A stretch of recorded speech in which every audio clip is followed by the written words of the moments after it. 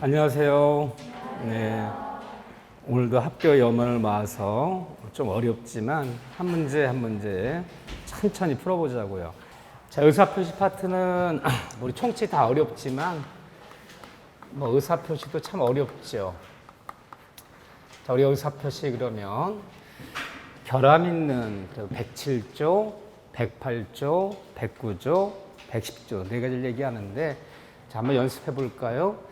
107조. 일단은 법률행위가 성립이 되었고 성립된 법률행위가 유효인지 무효인지를 논하는데 107조 비진의표시, 진이 아닌 의사표시인 마음에도 없이 증여할 마음도 없이 입으로만 증여한다 얘기하는 거. 우리가 비진의표시를 쉽게 얘기하면 뭐라 생각하면 되죠?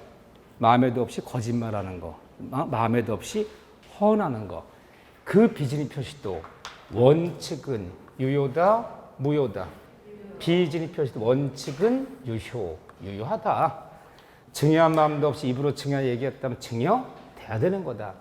하지만 상대방이 진이 아님을, 비진임을, 거짓말임을 알거나 알 수 있을 때 그때는 뭐가 된다? 그때는 무효이다. 그렇죠? 원칙 유효하고 상대방이 알거나 했을 때 그때는 무효로 한다. 또 이것이 무효가 됐더라도 한 달에 건너간 제3자가 몰랐던 선의의 제3자일 때는 선의 3자 같은 이 무효를 뭐 할 수 없다? 주장, 대항할 수 없기 때문에 선의 3자는 보호한다. 통절 표시, 짜고 하는 비진의 표시, 짜고 하는 비진의 표시예요. 나 혼자 하는 거 짜고 하는 거죠. 통절 표시 대표 사례가 뭐죠? 부동산 가장매매. 누가 압류 들어올까봐 친한 친구가 짜고 압류를 면하기 위해서 그 부동산을 빼돌리는 거. 통절 표시는 짠 당사끼리는 유효다 무효다? 무효이다. 하지만 이게 무효됐더라도 한 달이 건너간 3자가 몰랐던 3자한테 무효를 역시 또 대항하지 못한다. 그럼 비진의 표시, 통절 표시는 단어가 유효인지 무효인지 이 단어만 나와야지. 무슨 단어 나오면 안 돼요? 취소 어쩌라면 큰일 나는 거랄게요. 취소한 단어 안 나와요. 자, 남과 109조 착오로 맺은 계약. 착오로 맺은 계약도 일단은 뭐하다? 일단은 착오로 맺은 계약도 일단은 유효하다. 다만 그 착오가 중요에 해당되는 착오일 때는 뭐 할 수 있다? 취소할 수 있다. 또 중요에 해당되는 착오였더라도 말한 표의자에게 중대한 과실, 중과실 있을 때는 그때는 뭐 할 수 없다? 취소할 수 없다. 또 설령 이게 취소할 수 있는 경우도 한 달이 건너간 제3자가 역시 선의의 제3자일 때는 제3자한테는 이 취소를 뭐 하지 못한다? 주장하지 못한다. 여기 선의 3자 보정이 있어요. 어쨌든 착오는 취소할 수 있다, 취소할 수 없다. 이 단어 나와야지. 착오로 맺은 계약도 일단 유효하지만 그 착오가 그 계약에 중요에 해당될 때는 그때는 무효이다. 이 단어를 살짝 속인단 말이에요. 그때는 뭐 할 수 있다? 취소할 수 있다. 그러면 착오에서는요. 취소할 수 있다, 취소할 수 없다. 이 단어만 나와야 되는 거야. 무슨 말 나오면 안 된다? 무효란 말 나오면 안 되는 거예요. 110조 남에게 사기나 강박 등 맺은 계약도 일단은 유효하고 다만 뭐 할 수 있다? 취소할 수 있을 뿐이에요. 취소 안 하면요. 그래도 유효한 거예요. 무효는 아니다. 다만 취소를 가지고 선의의 3자는 역시 뭐 하지 못한다? 대항하지 못한다. 그래서 아무것도 아니지만 용어들 쓰는 것부터 조심하셔야 되고 이 결함의 의사 네 군데 모두 선의 3자 보기정이 있는데 의사표시는 작게 나오면 2문제고 많이 나오면 3문제예요. 보통 한 4년, 4번 시험 보다 보면 3번은 2문제 나오고 1번은 3문제 나와요. 그 정도예요. 4번 보다 보면 3번은 2문제 나오고 1번 정도 3문 나오는데 최근에 한 4, 5년치 기출문제 경을 보면 2문제 나오든 3문제 나오든 제일 중요한 것은 부동산 가장매매, 통정, 허위 표시. 거의 문제예요. 이게 부동산 민법이기 때문에 또는 부동산 은닉행위. 여기 관련되는 작년 사례 문제 안 나왔는데 올해는 사례 문제 나올 거예요. 이거 탑픽 한 문제 거의 결정. 두 번째는 의외로 어디에 나오느냐. 최근 6년간, 7년간 본 시험에서 거의 7번 본 시험에 6번 나왔어요. 6번. 뭐 나왔냐? 의사표시는 110조에 어렵지 않아요. 111조에 도달시에 그 속에 있던 도달주 원칙. 이게 7번 시험 보면서 6번이 나왔어요. 6번. 어렵고 쉽고의 문제가 아니라 그래도 이 정도 도달주 원칙은 우리가 중경을 볼 때 알아야 된다. 내용증을 보냈다면, 등기부를 보냈다. 어떻게 되는 거냐? 이게 두 번째 토픽이에요. 세 번째는 제가 꼽는 건 어디냐? 만약 세 문제 꼽으라면 사기. 저는 사기라고 한다고 해요. 사기. 응? 뭐 상가, 점포, 가장, 분양 광고는 사기냐? 사기가 아니냐? 예를 들면 뭐 남과 계약 맺을 때 뭔가 굳이 중요 알려줄 의무 있는 사람이 알려주지 않고 맺은 계약은 친분의 사기가 된다는 등 이 사기 요건이요. 어렵지 않아요, 여기. 그 다음에 좀 어렵게 나오면요. 사례 문제 나오면요. 제3자의 사기 강박. 이게 나오면 좀 어렵죠. 사례 문제. 이렇게가 딱 꼽혀지는 거 이렇게요. 그럼 뭐가 빠졌어요? 지금 중요한 거죠. 차고가 빠졌어요. 차고. 차고 공부할 거 많아요. 동기의 차고, 중여대학난 차고, 중간의 차고는 최근에 출제 경향, 옛날에는 빠진 적이 없어요, 차고가. 근데 최근 한 22에 한 7, 8년 놓고 보면 차고는 2년마다 나오는 파트가 돼버렸는데 작년에 차고를 물었단 말이에요. 그래서 오히려 여기에 탑픽이고 비진입 표시는 의외로 가장 공부할 때 어려워. 비진입 표시가 뭐 진이란 무슨 뜻이냐, 뭐 별 얘기 다 나와. 뭐 대출을 빌려준 자들부터 시작해서 뭐 사직원 대출. 그런데 비진입 표시는 27회 때 나오고는 안 나왔어 지금까지. 그 왜 그런 거예요? 출제 비중이 두세 문제인데 비진입 표시가 밀려버리는 거야. 이게 들어오기 시작하면서 도달주가 들어오기 시작하면서. 그래서 여러분들 생각보다 출제 논점을 그래도 정확히 알아라는 거예요. 아무데나 막 열심히 한다 되는 게 아니라 출제 경향에 맞춰서 시간을 쓰자. 그냥 아무데나 똑같이 열심히 해. 공부 못하는 사람은 전형적인 특징이야. 애들도 그래. 애들도 공부 못하는 애들은 아무데나 펴놓고 맨날 열심히 아무데나 펴놓고 항상 그 논점이 있어요. 우린 대중적인 시험이란 말이에요.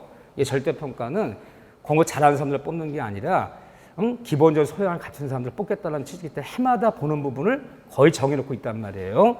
자, 어쨌든 이렇게 논점은 이렇게 된다는 거. 바로 들어갈게요. 비진입 표시에서 이 박스형 문제 보면 너무너무 어려워요. 지금 이게요. 네, 박스형 문제 이런 거 신경 쓰지 마시고 비진입 표시는 굉장히 지문들이 어려운데 저는 나왔던 둘 중에 한 문제라 봐요. 일단 어디냐? 6번 문제 제일 중요해요. 물론 비진입 표시는 제가 꼽는 예상시는 부분은 아니에요. 솔직히. 그렇지만 이 정도는 볼 줄 알아야 돼요. 6번 문제 별표 치세요. 이 정도 문제만 맞힐 수 있어도 우리는 다 75점 정도 들어가요. 의외로 이거 쉬운 문제가 아니에요. 자, 봅시다. 사례 문제를 얘기하는 거 바로 지금요. 자, 6번에 그럼 여러분들 복습할 때 제가 풀어준 문제를 반드시 복습해야 되는 거예요. 갑은 그의 토지를 내심의 의사와 달리 을에게 기부하고 내심의 의사와 달리. 그럼 의사는 준다는 마음도 없이 그냥 의사와 달리 기부하고 증여하고 을 앞으로 이전 넣기를 마쳤다. 준다는 마음도 없이 토지를 을한테 주고 비진입 표시한 거죠. 상대방 을 앞으로 등기도 마쳤다. 갑을 사이에 법률관계에 관한 설명으로 옳은 것은 바로 들어갈게요. 이때 갑의 의사표시는 표의자 갑의 의사표시는 무효 원칙이므로 비진입 표시는 무효 원칙이므로 이미 맞아요? 틀려요? 틀렸어요. 비진입 표시도 원칙은 뭐하다? 유효하다. 증여된 거다. 원칙 유효하다 그래야죠. 이미 틀렸고 상대방 을이 갑의 진위를 몰랐다. 상대방 을이 몰랐다. 뭐죠? 선의. 그리고 무과실인 경우에 이 토지 소유권을 취득할 수 없다. 이것도 틀렸고 비진입 표시는 상대방이 선의 그리고 무과실일 때는 유효. 상대방이 악이 알았다. 진이 아니면 악이 또는 유과실 때는 무효. 상대방 태도에 따라서 유효무효 결정되는 건데 선이 무과실이라면 유효하다 그래야죠. 소유권 취득할 수 있다 그래야죠. 어쨌든 다 틀렸어요. 자, 법조문을 연습하는 거 지금. 이때 이 갑의 의사표시는 단독행위므로 이미 이 지문도 틀렸어. 이 지문도 틀렸어. 기부한다, 증여한다는 것은 계약의 계약. 내가 아무리 주고 싶어도 상대방이 예, 감사히 받겠습니다를 받는 거지. 일방적 의사표시로 기부하거나 증여하는 거 아니에요. 단독행위 8가지 기부 증여 안 들어가 있잖아요. 그건 계약의 계약. 일단 이 문장도 틀렸고 또 하나 갑의 의사표시는 기부하는 증여 의사표시는 단독행위므로 이 지문 틀렸지. 만약 단독행위더라도 빚의 표시는 정하지 않는다. 자, 단독행위 중에서 우리 상대방 있는 단독행위 또는 상대방 없는 단독행위. 자, 우리가 상대방 없는 단독행위 뭐가 있나요? 유언, 유증, 소유권, 점유권, 상속의 포기, 재산법인 설립행위. 이 없는 단독행위를 농담 삼아 거짓말로 나 소유권을 마음에도 없이 소유권을 포기한다. 응? 나 뭐 점유권을 포기한다. 상대방 없는 단독행위를 마음에도 없는 비진표시할 때 이 상대 없는 단독행위도 비진표시 농담 거짓말이에요. 비진표시는 가능하다, 불가능하다. 가능하다. 가능하다. 할 수 있다. 따라서 상대원 단독행위도 이게 가능하기 때문에 107조 법조문이요. 비진표 법조문. 이 법조문에 적용이 있다, 적용이 없다. 적용이 있다라 표현하는 거예요. 가능하다.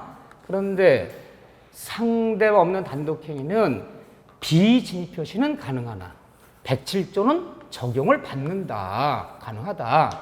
근데 없는 단독행위는 통정 허위 표시라는 것은 가능하다, 불가능하다. 불가능해요. 통정표 뭐 해야 돼요? 짜야 되잖아. 혼자 못하는 거잖아요. 따라서 제108조의 법조문은 적용이 있다, 적용이 없다. 적용이 없다 표현하는 거예요. 자, 정리합시다. 상대방 없는 의사표시, 상대방 단독행위도 비진입 표시는 가능하기 때문에 107 적용이 있다. 하지만 상대방 단독행위는 짤 수가 없기 때문에 통정 표시한 말은 있을 여지가 없다. 통정이라는 말이 있을 수 없기 때문에 108조는 적용되지 않는다. 이렇게 표현하는 거예요. 어쨌든 이내잖아? 다 틀렸어. 자, 세 번째, 찬칭하면서 이렇게 하나씩 해석해 보는 거예요. 갑의 진이 없음을 을이 알았다. 진이 없음을, 비진임을 을이 알았다. 을이 뭐죠? 악인 경우, 이 증여한다, 기부한다 얘기한 것이 진심이 아니라는 것을 상대방이 악인 경우, 알았던 경우에는 갑은 을의 악의를 증명하여 이 토지 소유권을 회복할 수 있고, 을은 여기까지 맞을까요? 틀릴까요? 맞아요. 상대방 을이 악의 또는 유가시하면 그때는 무효가 돼. 무효이기 때문에, 이 증여가 무효 때문에 이 땅 찾아올 수 있다 없다? 있다.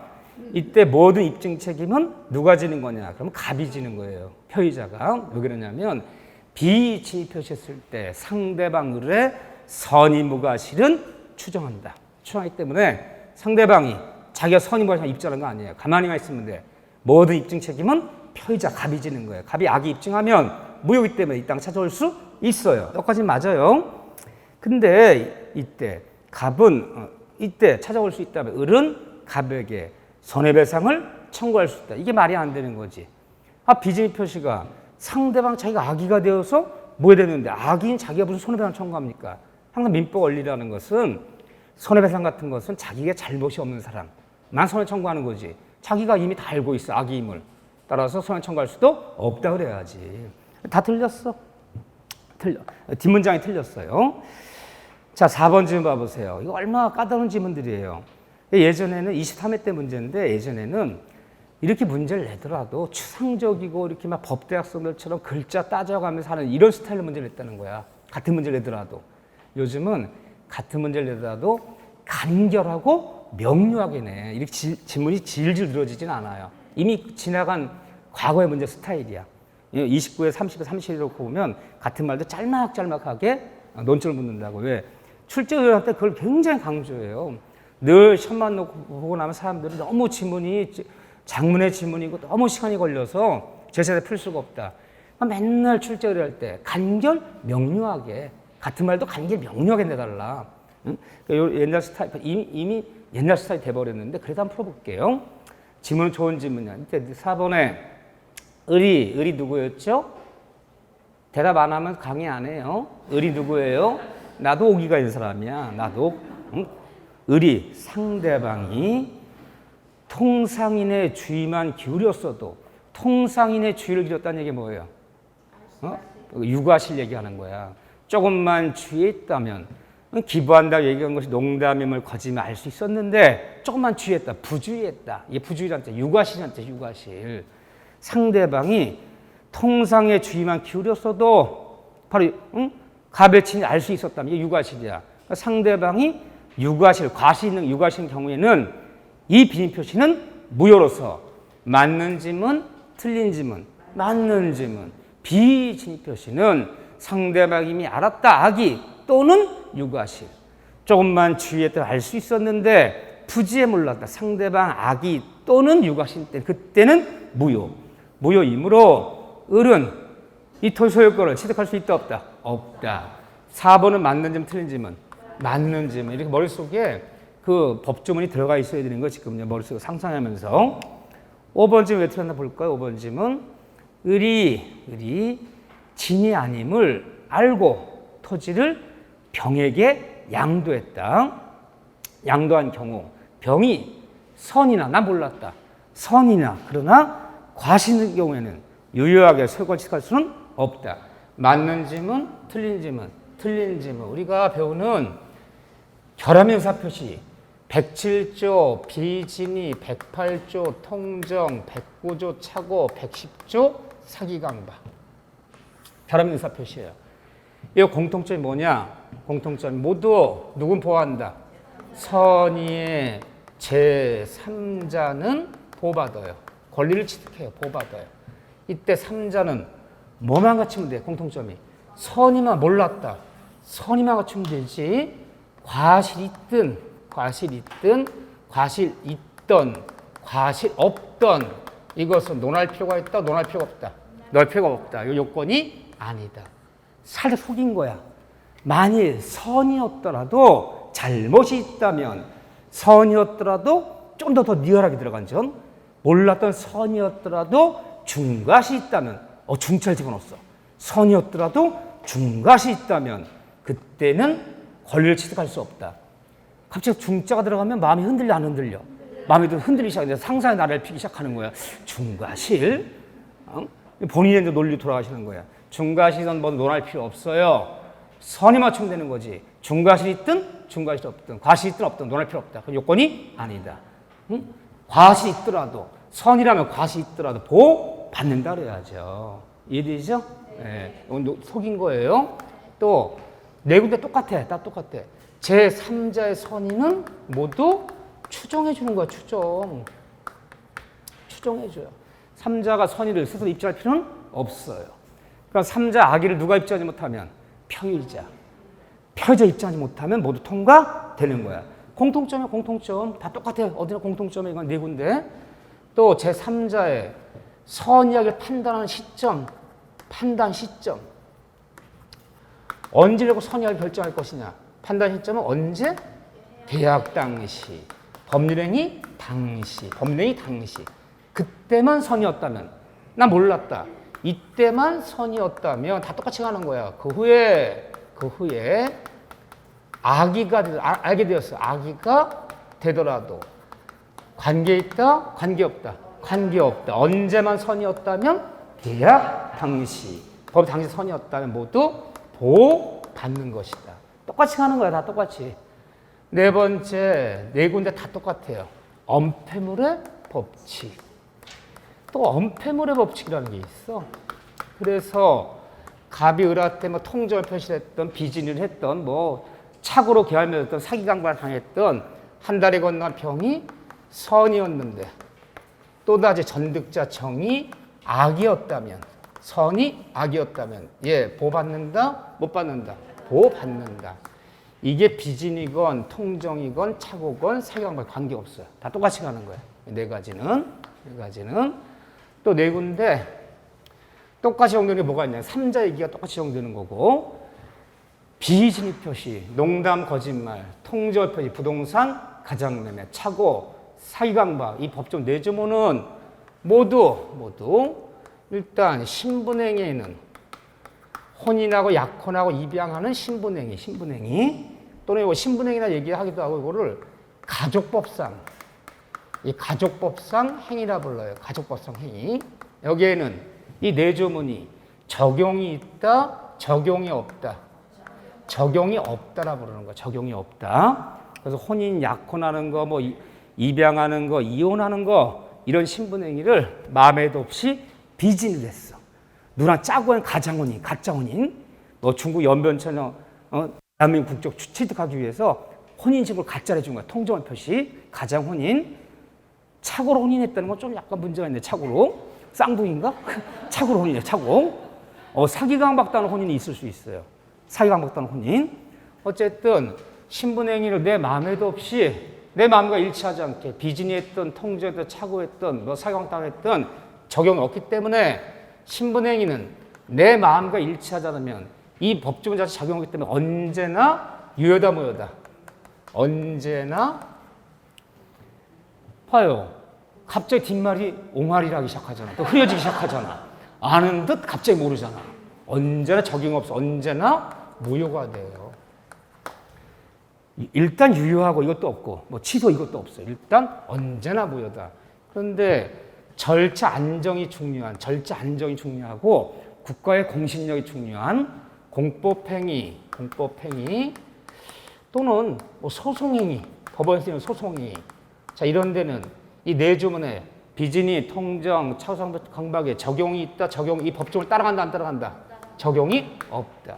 적용이 없어서 공법의 소송행위를 농담 삼아 했던, 짜고 했던, 착오로 했던, 사기강박도 했던 적용 자체가 없기 때문에 언제나 공법행위는 언제나 뭐하다? 유효하다.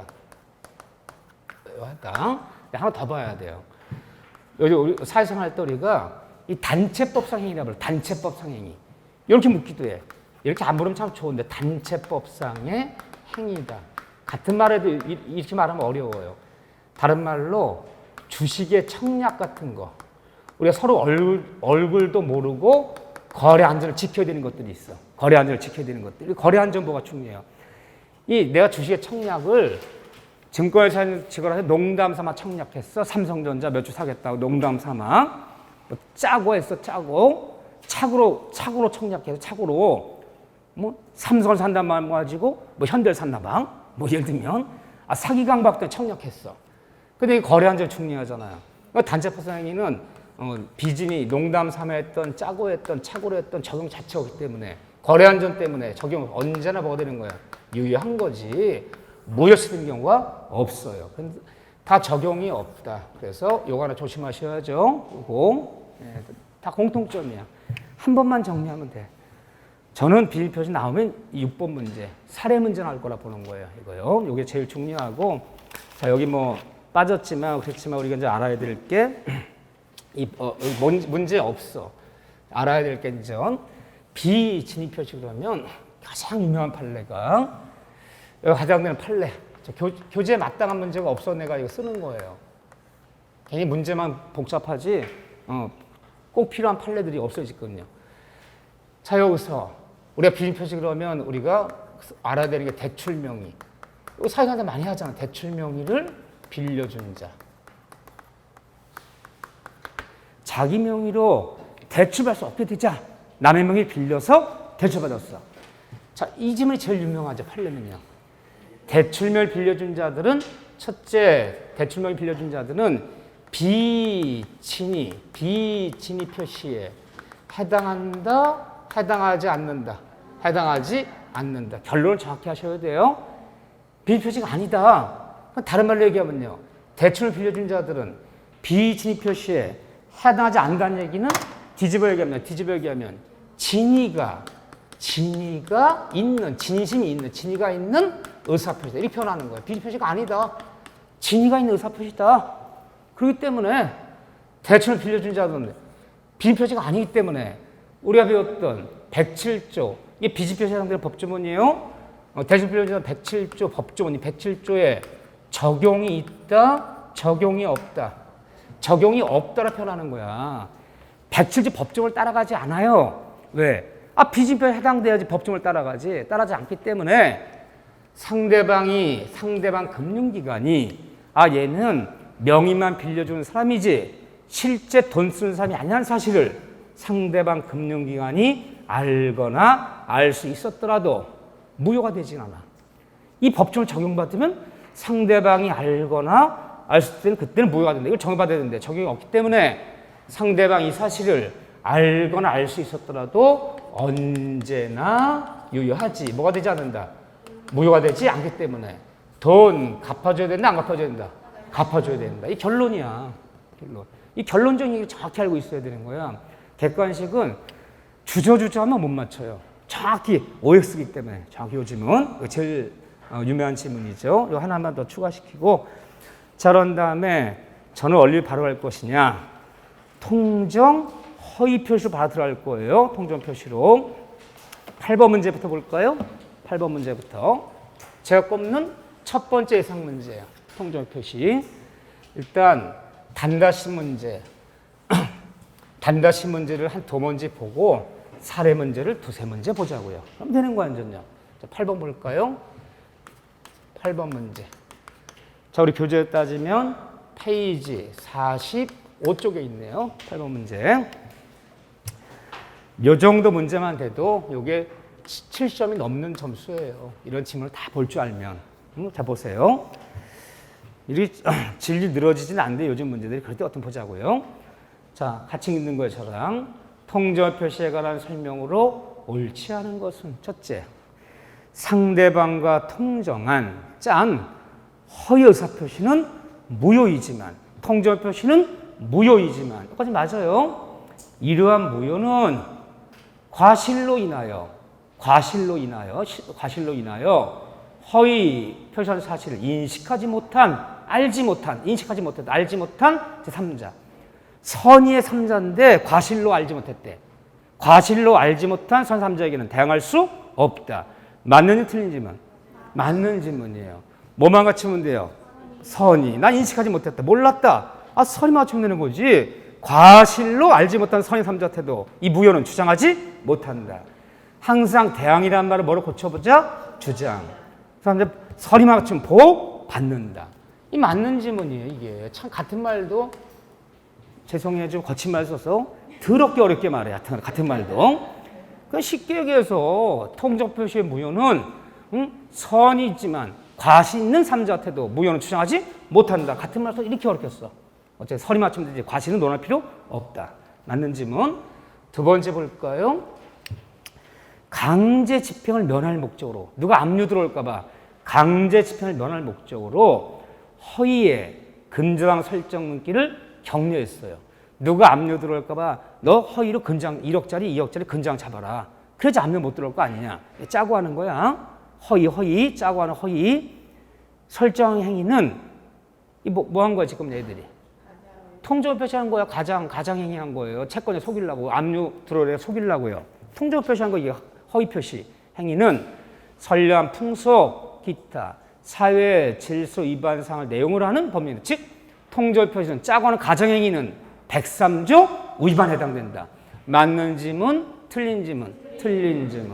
비록 통정 표시가 비록 무효이지만 그렇다고 해서 반사의 질서 103의 무효는 아니다 그래야지. 너무너무 유명한 문장이죠. 틀렸네요. 3번에 선의의 제3자에 대해서는 통정 표시의 당사뿐만 아니라 선의 3자한테는 그 짜고 한 당사뿐만 아니라 그 누구도 통정 표시 무효로서 선의 3자한테 무효를 대항 추정할 수는 없다. 맞는 틀리지만 맞는 질문. 이거 누굴 얘기하는 거야? 가장양도인의 채권자를 얘기하는 거야 지금. 원래 가장양 채권자가 통정 표시 알았다면 쫓아가서 채권자 취소권 행사해서 무효를 추정해서 그 말소시킬 수 있는데 누구한테는 안 된다? 선의의 제3자한테는 채권 취소권 행사할 수 없다. 그렇죠. 맞는 질문. 4번 질문 얘기 볼까? 무슨 말을 하나? 가장 양수인으로부터 부동산을 취득한 제3자가 악이고 그로부터 전득한 B가 선이라면 통접 표시 무효로서 이 B에게 대항할 수, 주장할 수는 없다. 나는 이 점은 너무너무 안 좋다 봐요. 왜 안 좋다 보냐면 판례가 없는 거는 내면 안 돼. 자 보세요. 저 이 얘기하는 거야. 그래서 항상 우리 시험은 이걸 묻질 않아요. 갑이 을과 짜고 가장매매의 을 앞으로 빼돌렸다. 가장양도인, 가장양수인. 그런데 가장양수인이 지한테 명의 땅 기화로 또다시 병한테 팔아버렸다. 병은 그런데 몰랐던 선의원 3자였다. 그런데 또다시 병이 정한테 전매했다. 얘 전득자야. 얘는 악이었다. 이름이 정악이야. 정악이. 그럼 얘는 보호받고 소유권 취득해 못해요. 소유권 취득해요. 무슨 법칙? 엄편의 법칙. 내 앞사람이 선이어서 일단 권리를 취득하면 다음 사람은 악이어도 권리 취득한다. 엄편의 법칙. 요건 판례가 있는 거야. 판례가. 그러니까 시험 문제는 실제 요거밖에 안 내. 판례가 있기 때문에. 근데 이론적으로 볼 때는 이건 학설이야, 학설. 얘가 판례가 없어요. 얘가 만일 악이었다면 얘가 악이야. 그럼 얘는 권리 취득이 돼야 안 돼요? 안 돼요. 선의원 보호하지 악까지 보호하는 건 아니니까. 이 악의 3자인데 또 다 전매했는데 이 전득자는 또 선이래. 그렇다면 얘는 소유권 취득이 되겠느냐? 이건 견해일 뿐이 학설이야, 학설. 판례는 없어요. 판례가 없는 건 지문에 택할 수가 없어. 아무리 그것이 논리가 맞아도. 왜? 항상 문제를 출제하면 제가 그랬죠. 옆에다가 출제 근거, 판례 번호 다 적어줘야 돼. 근데 옆에다가 통설, 견해 그러면 택하지도 않아. 근데 어쨌든 이론적으로 볼 때 얘가 악이었더라도 얘가 선이었다면 얘 보호받고 소원 취득할까 안 될까요? 일단은 엄폐물에 붙이면 안 돼. 승계 취득은 안 돼. 내 앞사람이 권리가 없으면 다음 사람 권리 물려받을 수가 없어. 근데 얘를 뭐라 불러야 돼요? 자, 갑과를 뭐라 불러? 얘네 둘을. 당사자. 얘를 뭐라 불러요? 제3자. 얘를 뭐라 불러요? 제4자. 뭐 나올까? 제5자. 계속해요? 제6자. 다 3자잖아요. 민법에서는 의사표 배울 때 사람은 둘 중에 하나야. 너와 나는 당사자. 너가 내가 하는 사람 다 3자라 불러. 근데 뭐라 배워서 제0에 선의의 제3자한테는 대항할 수 없다. 얘도 제3자잖아. 선이잖아. 이때는 자기보호구죠. 선의의 제3자한테는 무효를 대항하지 말아라. 얘 선의의 제3자잖아. 얘도. 그 자기보호적 때문에 보호받는다는 거야. 그러면 얘가 취득하지 못하는 게 뭐냐고. 견해에 따르면 얘가 악이, 얘도 악이라면 엄폐물 법칙도 안 되지. 선의 3자 보호 정도에 해당 안 되지. 이땐 취득이 안 된다는 거야. 이 경우는. 근데 시험 문제는 이게 나온다. 판례 없는 거 볼 필요도 없고 낼 필요도 없어. 어쨌든 한번 그냥 지난 말로 본 거지만 어쨌든 정이건 무건 누건 다 3자라 부르는 거야. 선의의 3자 보호정에 따라서 보호받는 거야. 이때는 엄폐물 법칙이 아니라. 하지만 견해다. 시험 문제는 요게 나온다. 몇 번 얘기해서 요게 판례가 있는 거니까. 어쨌든 그 뜻이야 지금. 앞사람이 악이었더라도 전득자가 선이었다면 또다시 선의의 3자에 따라서 자기도 3자니까 보호받는다. 대항할 수 맞아요. 5번 좀 볼까요? 당사자들이 실제로는 증여계약을 체결하면서 매매인 것처럼 통정을 표시했다면 실제는 증여인데 매매한 것처럼 꾸몄다면 우리 뭐라 부르는 거죠? 부동산 은닉행위. 이때 숨겨진 은닉행위 증여는 유효하다. 맞는 틀리지만 맞는 질문. 증여는 유효, 매매는 무효. 좀 이따 문제 풀어볼 거예요. 이거는 사례 문제를. 사례는 너무 중요한 거야. 자, 다시 한번 10번 문제 보자. 10번 문제.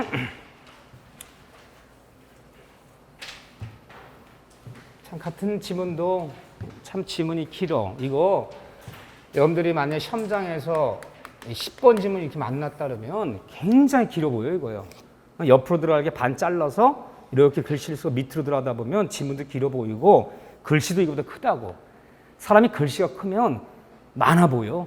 그게 많아 보여. 이게 실제로 이게 모의고사시 문제를 만들면 굉장히 긴 문제예요, 이게요. 근데 요즘은 좀 짤막하게 12번처럼 이렇게 같은 문제를 내도 12번처럼 이렇게 내요. 이런 식으로. 근데 이렇게 짤막하게 지문은 짤막하게 그 밑에. 근데 지문이 다 길어 보여요. 그렇지만 10번 문제가 더 좋은 문제예요. 자, 10번 문제 하나 체크하시고 A는 B와 짜고서 자신의 부동산을 B에게 허위로 매도하고 소유권 이전 등기도 격려해 주었다. 그 후에 선인 C가 B로부터 그 부동산을 매수하여 다시 이전 등기했다. A는 B와 짜고 B 앞으로 등기해 줬다. B가 또다시 누구한테 등기했다? C에게. 근데 C는 어떤 사람이다? 선이. 채널에서 부동 넘어간 거야, 이렇게요. 다음 설명 중 잘못된 것은 첫째, 1번 우리 민법상 등기에 공신력은 인정되지 않으며 약간 맞는지 틀린지만 등기 믿고 오래하는 사람 국가에 보호하지 않는다. 등기 공신력이 없다. 맞아요. 또 부동산에 대한 선의 취득도 인정되지 않으므로 부동산은 선의 취득한 말이 없다. 여기까지 맞는지 틀린지만요. 선의 취득하면 어디에만 써라? 동산에만 쓰는 용어야. 부동산 선의 취득한다는 말 없어요. 선의 취득 대상은 동산에 한한다. 여보 여기랑 관련 있는 얘기는 아닌데 이제 한 점만 보자는 거야. 인정 않으므로 C가 선이라 할지라도 취득한 소유권 유지할 수는 없다. 뒷문장이 틀렸어. 공신력도 없고 선의측도 없지만 우리 민법 규정 108조 2항에 선의의 3자 보호적 특별 규정이 따로 있기 때문에 공신력 없는 현실에서도 선의의 3자 보호정이 있기 때문에 특별히 보호받는 거야. 그렇죠? 네, 틀렸어요. 땡. 두 번째, 이때 제3자 선의는 추정되므로 여기까지 맞아요, 틀려요? 맞아요. 무효를 주장한 자가 여기서 무효를 주장한 자가 누구 거예요? 가장 양도인이 A가 가장 양도인이 C의 악의를 입증해야 된다. 입증 맞는 질문. 세 번째, A와 B 사이에 법률행 외관이 허위 표심을 3자 C가 몰랐다. 선이 몰랐으나 과실이 있더라도 C는 보호된다. 맞는 질문. 맞는 질문. 뭐만 맞추면 된다? 선이. 4번에 3자 C의 선인지 악인지를 판단 시점은 거래행위 당시, 사는 이강 맺을 시기, 계약 당시, 법률행위 당시, 그때만 선이면 되는 것이다. 거기만 두고 판단하자. 맞는 틀린지는 맞는 질문. 5번에 C가 선이나 그로부터 전득한 T가 악이라면 선이 악이, D는 소유권 취득 못한다. 취득한다. 무슨 법칙? 원패물의 법칙. 참 쉽기도 해. 괜히 질문만 길지. 이걸 짤막짤막하게 주지 물고를 다는 내용. 그렇지만 너무너무 중요한 문제야. 요즘은 우리 3자 관련된 얘기를 잘 물어요. 어렵지 않아요. 이거 하나 딱 체크하시고 많은 문제를 푸는 게 중요한 게 아니야 지금. 그런 다음에 다시 한번 13번 문제. 딱자 논점이 있다. 13번 볼까요? 갑은 자기 소유 토지를 의뢰에게 증여하기로 약정을 했다. 그런데 세금 문제 우려하여 을과 짜고 마치 매매를 체결한 것처럼 꾸며 매매로 꾸며 을 앞으로 이전 느끼었다. 그러면 갑이 을한테 실제로 하는 것은 증여예요, 매매예요? 증여야. 근데 증여를 감추기 위해서 겉으로는 매매한 것처럼 꾸며 이 매매는 진짜 매매예요, 가장 매매예요? 가장 매매, 가짜 매매야, 가짜 매매. 누굴 속이기 위해서? 국세청. 통지원 표시는 누굴 속이려고 하는 거야. 지네 둘은 안 속아. 진짜 매매한 거 아니야. 제3자를 속이기 위해서. 누굴 속이는 거냐? 국세청. 매매를 가정해서 등기 속아서 갑의 명의로 되어 있는 것을 소유권 이전을 신청하면서 등기 신청서에 그 원인을 증여로 기재해요? 매매로 허위 기재해요? 등기 원인을 매매라고 허위 기재하는 거죠. 그래서 이게 각하되지 않고 통과됐다면 소유권 이전 등기, 원인은 매매, 을 등기 났다. 자, 여기서 이제 문제 풀어보자고요.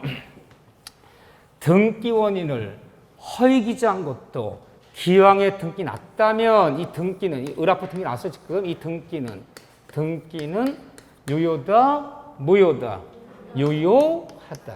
이 등기는 유효하다. 유효하기 때문에 을은 이 부동산의 소유권을 취득한다, 못한다. 취득한다. 다만 원인을 허위기재했잖아요. 실제 증여인데 매매를 허위기재했잖아. 이 등기로 허위기재한 것은 적발되면 부동산 특별조치법에 따라서 미등기 전매금지 조항, 원인 허위기재 금지 조항에 따라서 뭐 3년 이하의 징역이나 1억 원 이하의 벌금은 맞을지언정, 처벌은 받을지언정 등기는 유효하다. 기억나시죠? 미등기 전매한 것도, 원인을 허위기재한 것도, 방식에 위배된 등기도, 절차를 위반한 등기도, 기형에 각하되지 않고 등이 났다면 등기 유효하다. 처벌은 받을지언정. 등이 유효해요. 유효하기 때문에 다음 사람 병이라는 사람이 악의의 삼자야. 악의 삼자는요, 얘들이 실제 한 건 증여지 매매가 아닌데 살 때 알아. 알면서 매수한 악의 삼자도 얘 소유권 취득이 된다? 안 된다? 된다. 내 앞사람이 권리되면 다음 사람 권리를 승계 취득하니까. 그러니까 악의 삼자라도 소유권 취득하기 때문에 갑과 을이 쫓아가서 무효 주장하면서 이 등기 말소를 요구할 수 있다 없다? 없다. 말소 요구할 수 없다. 이때 매매로서는 유효냐 무효냐? 매매로서는 유효다 무효다? 무효. 매매로서는 가장 매매는 무효잖아요. 숨겨진 증여로서는 유효다 무효다? 유효하다. 아무것도 아니지만 자, 다 정리해 볼게요. 부당 은닉행위한 것도 등기는 유효. 숨겨진 증여로서는 유효. 겉으로 한 매매, 가장 매매로서는 무효. 무효인지 유효인지를 정확히 알아야지. 맨날 이 지문이야. 그런데 여기 이제 하나만 더 들어가면 돼요. 부동산 은닉행위는 부동산 은닉행위는 유효하다. 질문이 나왔어. 부동산 은닉행위는 유효하다. 맞는 지문, 틀린 지문. 맞는 지문이요. 왜 맞는 지문일까요? 우리가 은닉행위는 이 두 가지를 모두 합쳐서 은닉행위라 부르는 게 아니에요. 실제 숨겨진 행위. 제가 노란 거 거볼게요. 감춰진 행위, 숨겨진 행위. 노란 빡친 거. 요거만 은닉행위라 부르는 거야. 요거만. 은닉행위는 유효하다. 맞잖아요. 이 지문도. 응? 됐어요. 완벽해. 매매는 무효. 증여는 유효. 등기는 유효. 악의 삼자 병도 소유권 취득한다. 부동산 은닉행위는 유효하다. 더 이상 질문이 없잖아. 자, 그래서 정답은 다 틀리고 3번만 맞는 거예요. 근데 최근은 부동산 얘기이기 때문에 이런 문제를 묻는단 말이에요. 이런 문제를. 자, 13번 문제 별표 쳐놓으시고 다시 한번 반드시 연습하셔야 돼. 자, 그런 다음에 거의 다 똑같은 문제들인데 14번 문제 볼까요? 14번 문제.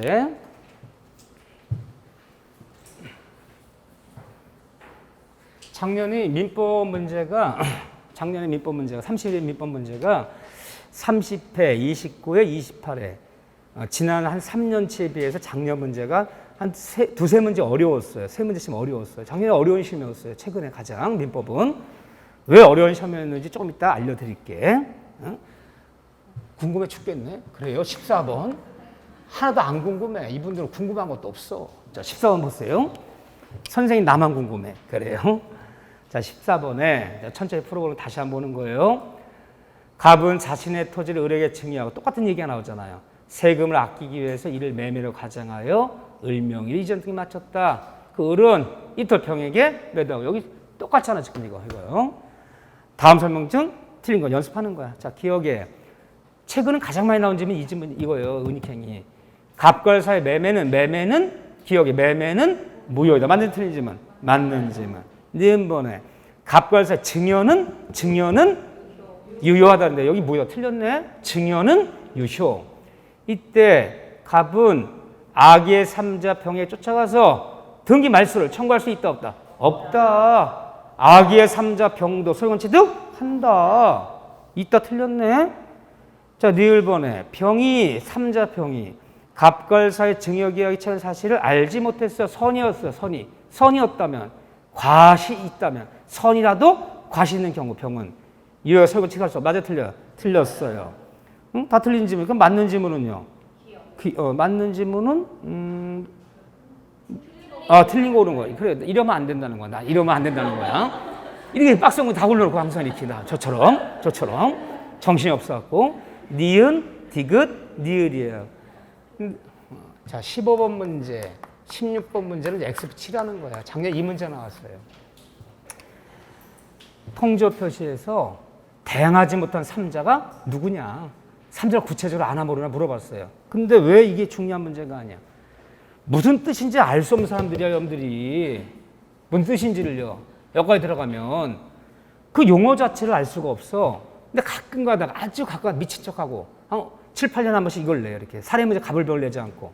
그러면 우리 거의 뭐 대충 짐작해서 찍는 거야. 근데 다행히 작년에 이걸 냈다는 거야. 그러니까 얼마나 웃기는 거야. 같은 걸 물어도 우리 민법 전부를 다 배우면요. 민법 전부를 다 배우면 이런 얘기를 알아요. 뭐 가장행에 기인한 근저항부 채권을 감유한 사람. 예를 들면 뒷문장 뭐 넘겨보세요. 16번에 뭐 15번에 가장 소비대체 대주가 파산 청구 받았을 때 파산관제 누군지도 몰라. 이거 시험범위 아니잖아. 시험범위 아닌 용어들이 쏟아져 나온단 말이야. 이걸 선생님이 일일이 설명할 수가 없잖아. 근데 꼭 미친 척하고 이걸 갖다 냈다고. 근데 작년에 이 문제를 냈어. 그래서 사람들이 얼마나 짜증이 나. 통조 표시, 사례 문제 다 풀 줄 알고 다 아는데 이것만 모르겠네. 무슨 소린지를. 그러니까 이걸 냈다고. 틀리라고. 그러니까 같은 말을 해도 어렵게 내고자 마음을 먹을 때는 틀리라는 일 때는 그런 식의 문제 나왔다. 작년에 그래서 세 문제쯤 어려운 문제예요. 평소보다. 올해는 안 나와요. 올해는 무조건 통조 표시 제가 설명한 거 사례 아니면 요인익행위 딱 두 군데. 그건 볼 줄 알면 된다. 거기 15번, 16번, 17번 엑스페 치세요. 보지도 말란 얘기야, 내가. 날 확률이 없어요. 또 만약에 그래 또 나오면 어떡해, 또 나오면. 운명이다 하고 받아들여. 어떻게, 안 나온다고 하는 거 나올 수도 있는 거지, 어쩌다가. 근데 왜 그럼 엑스페 치라러니? 네가 엑스페만 치라지 않아서 내가 공부할 건데. 공부해도 몰라. 어차피 봐도 몰라. 이해도 안 돼. 나올 확률도 없어. 물어봐, 그거를. 볼 필요가 없지. 예. 그런 뜻이에요, 지금요. 자, 이제 51쪽부터 차고 문제인데, 뭐 10분 쉬었다가 차고 사기 강박 문제 또 풀 거예요. 천천히 풀 거예요.